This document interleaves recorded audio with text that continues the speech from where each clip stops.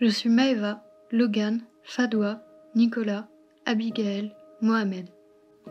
J'ai entre 18 et 25 ans et je fais partie d'une génération qui ne croit plus en la politique. Au présidentiel de 2022, 42% des 18-25 ans n'ont pas voté.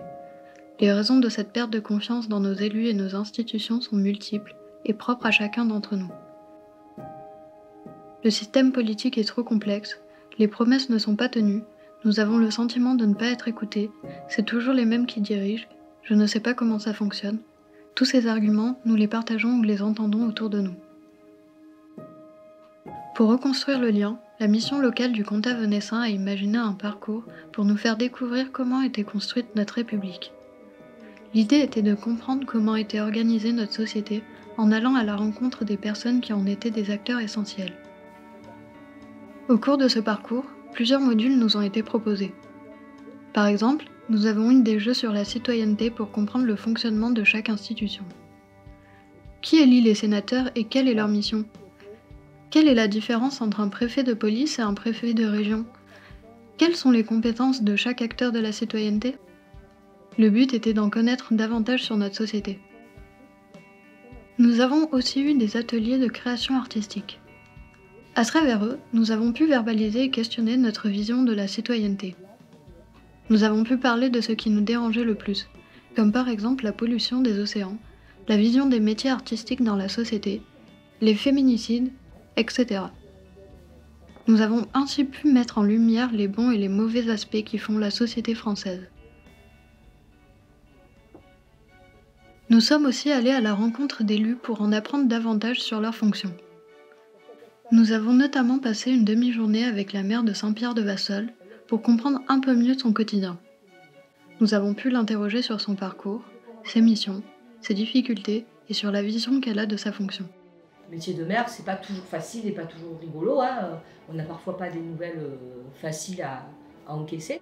La soupape de décompression, il faut arriver à la trouver. Il faut arriver à être résilient parfois, à savoir qu'on n'a aucun pouvoir et malheureusement on ne peut rien faire. C'est comme ça et il faut l'accepter. Donc voilà, je crois qu'il faut arriver à jongler dans tout ça.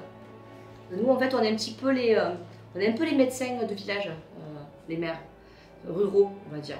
Parce qu'en fait on prend le pouls des gens, c'est-à-dire qu'on sait ce qui se passe. Donc moi ce que je dis souvent c'est que quand on est maire on voit que le petit glaçon de l'iceberg, mais vraiment le petit glaçon. Et en fait ils ne voient pas tout ce que derrière, avant d'arriver à un projet, tout ce qu'il y a eu. Nous sommes aussi allés à la rencontre d'élus et techniciens de collectivités territoriales, d'agents de la sécurité civile et de représentants de la justice. Ils ont pu nous présenter leur institution et nous expliquer leur lien à la citoyenneté. Nous les pensions inaccessibles, mais nous avons pu avoir un échange facile avec eux. Nous leur avons posé nos questions pour qu'ils nous expliquent leurs fonctions. Cette institution préfectorale, elle a traversé tous les régimes. Parce qu'en fait, c'est la représentation au niveau le plus local de l'État. À travers l'institution préfectorale, vous avez un État en réduction. Dans la préfecture de Vaucluse, on applique les politiques de l'État dans tous les domaines. La démocratie participative, c'est quoi? En fait, c'est tout un ensemble de procédures, d'instruments, de dispositifs qui vont permettre l'implication des citoyens sur tout ce qui relève des gros projets d'environnement, d'aménagement.